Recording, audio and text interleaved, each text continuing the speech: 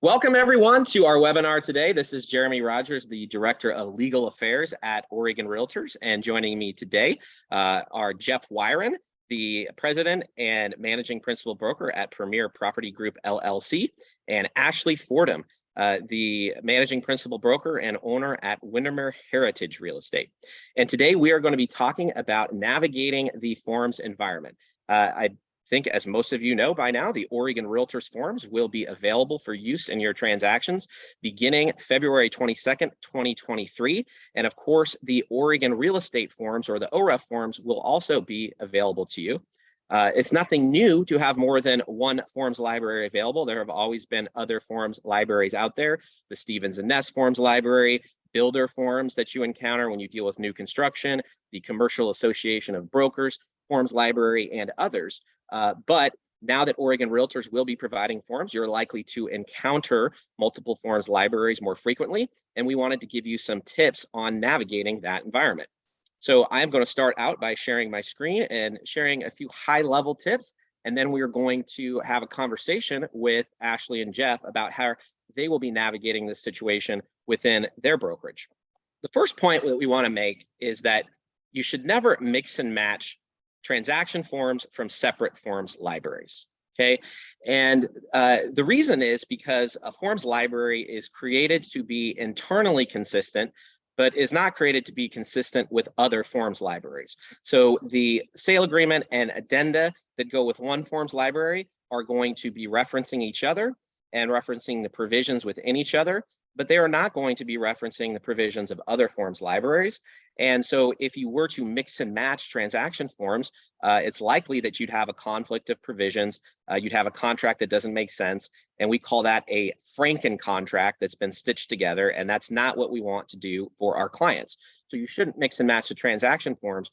But what also is important to note is that there is nothing wrong with using forms from one library between you and your clients, and then using forms from another library to be the forms to be used between a buyer and seller, okay? So when we're talking about transaction forms not to be mixed, we're talking about the forms between buyer and seller.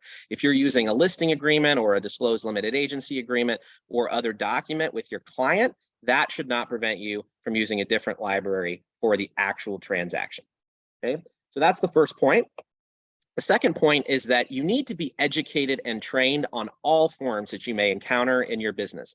And that does not just include the OREF forms and the Oregon Realtors forms. In fact, if there's a builder in your community and you may be in a position to be selling new construction, you should get familiar with those builders forms in advance, because you may come across them and you want to be in a position to be able to help your client should you need to use those forms. Oregon Real Estate Forms has training available currently for the updates that have been made for 2023 to the OREF forms. And Oregon Realtors has an extensive library of training available at Oregon Realtors Forms website of www.orforms.org. There are both live training and recorded training options, and those are for CE credit. The third point that I want you to take away is that you shouldn't be advising your clients on which forms to use based on the client's specific facts and circumstances. So really what we recommend is that you have a default policy, either for the brokerage or for you as an individual broker, that you abide by in order to govern the selection of forms. As independent business people, you have every right to pick the tools that you use in your business, and we encourage you to pick a default form that you use, but then maintain enough flexibility in your policy that you ensure that you never let a deal die based on form type. And that is our next point. Don't let deals die based on form type. So while it will be important for you to have a default of which form that you use in your business, you want to have enough flexibility in the policy that you set for yourself to ensure that you are able to respond on another form type should the situation arise where you need to do that. Because in reality, the client's most important objective is likely going to be to get the deal done, not which form type is used. And so you want to be positioned to make sure you are meeting your client's objectives. The next point then is to communicate early and often, both with your client and with agents on the other side of the transaction. If there ever happened to be a dispute related to which form should be used, because perhaps the buyer's agent and the seller's agent have a different sort of default form that they use, that could be resolved with early communication between the parties, okay? Now, we do have a form in the Oregon Realtors Forms Library, the base form change request document, that can be used to help facilitate a discussion with the other side of the transaction about moving the transaction onto a single set of forms that are agreed upon by the parties. But that also can be accomplished with communication ahead of time between the agents. So we encourage early and often communication to resolve that issue so it does not become a problem for the transaction. So those are some key points that we want you to keep in mind as you're thinking about how you're going to approach the environment with Oregon Realtors and OREF forms. And now I want to stop sharing my screen and turn to Ashley and Jeff to talk a little bit about how they are going to approach this in their business. So Jeff, why don't we start with you? Would you like to share your thoughts on how you're approaching this, both for Premier Property Group and you as a real estate licensee? You bet. Thanks, Jeremy, and thanks for that. I thought all of those points were well stated and great advice. So our company policy has been to make sure that our agents are trained on both libraries of forms, and that we've offered multiple training opportunities to our agents for all of the updates to the OREF library and for the Oregon Realtors forms. We don't necessarily offer training on the other libraries that they could contemplate using, but they have access to those libraries if they want to. And I think most of us know that very few agents use a Stevens Nest library, or any other type of library, even though they exist. So, certainly the Oregon Realtors Library as a member benefit for all realtors throughout the state is going to be prominently used. The OREF library, we already know is prominently used. So making sure that our agents have had proper training on both of those libraries is extremely important. And we've really tried to do that. Personally, I intend to, have a decision on which form I prefer to use. And I have that decision. I know which form I'm going to be by default using when I represent my clients. And that's what we're asking of our agents too. Have a default, have an understanding of which form is your preference. That's the form you'll utilize when you represent clients, when you do your buyer consultation and review the advisories, and you give them a sample copy of the sale agreement you're going to use. You should know which one that is, right? Which documentation makes the most sense for you and your business, and have that as your default. If you get into a situation where you're presenting an offer, your client sees a property, and in the MLS, the listing agent has stated that the seller or their company has preferred one forms library or the other, I look at that in a couple of ways. First, I would say sellers also might make an escrow preference, right? They do that sometimes, don't they, Ashley? Right? Where the seller says, hey, I prefer to work with such and such title company. If you're representing a builder or your buyer's purchasing a new construction home, the builder will often say, don't bother submitting a form on this library. We have our own. We need you to use that form. If you're presenting an offer on a HUD home or a bank owned property, they also will typically say, hey, don't bother writing your offer on this document. You have to use this process in this form. So I think the weight of that falls in that context. In some circumstances, if I'm writing an offer for a buyer, so Jeremy, if you're my buyer and Ashley's the listing agent, if I prefer to use the Oregon Realtors Forms Library and you're comfortable with that form because I've reviewed it with you and you're my buyer, and we see that Ashley is saying in the MLS that her seller or her as a company would prefer for you to submit your offer on an OREF form, I will share that with you in the same way that I would share that they want to prefer to work with whichever title company they want to prefer to work with. You as my client will direct me. You will say, well, you know what? I'm really comfortable with what you've presented to me. Let's go ahead and submit the offer on the form that we've reviewed. Or you will say, I don't really care, Jeff, that's fine. Are you comfortable with the OREF sale agreement? And I'm going to say yes, because I've been trained on it. And then we're going to write it on that form. Either of those is okay. In a circumstance where it's a little more competitive, maybe, right? To the point of like a bank-owned form where the bank says, if you don't submit the offer on our document, we're just not even going to look at it. We don't care, right? Of course, the offer will be presented by the agent. They're obligated to do so according to statute. But the seller can say, nope, you didn't submit it on the right form. I'm not interested. Fine and dandy. And if it rises to that level, then I'll explain that to you as my buyer, and we'll write the form on the, we'll write the contract on the form that the seller wants us to write it on. So it's going to be kind of dependent based upon that. Most important thing for me, and I'll close and give Ashley an opportunity to answer, is it's going to be up to my agents to make that decision. It's going to be up to my agents to be properly trained on both libraries and to decide which library they prefer to use. And as a brokerage, we are going to support them on both. Great. Thanks, Jeff. And it sounds like you put some thought to that, and I really appreciate you sharing your approach with the audience today. Ashley, do you want to talk to us about the approach that you're taking? Yeah, I would love to.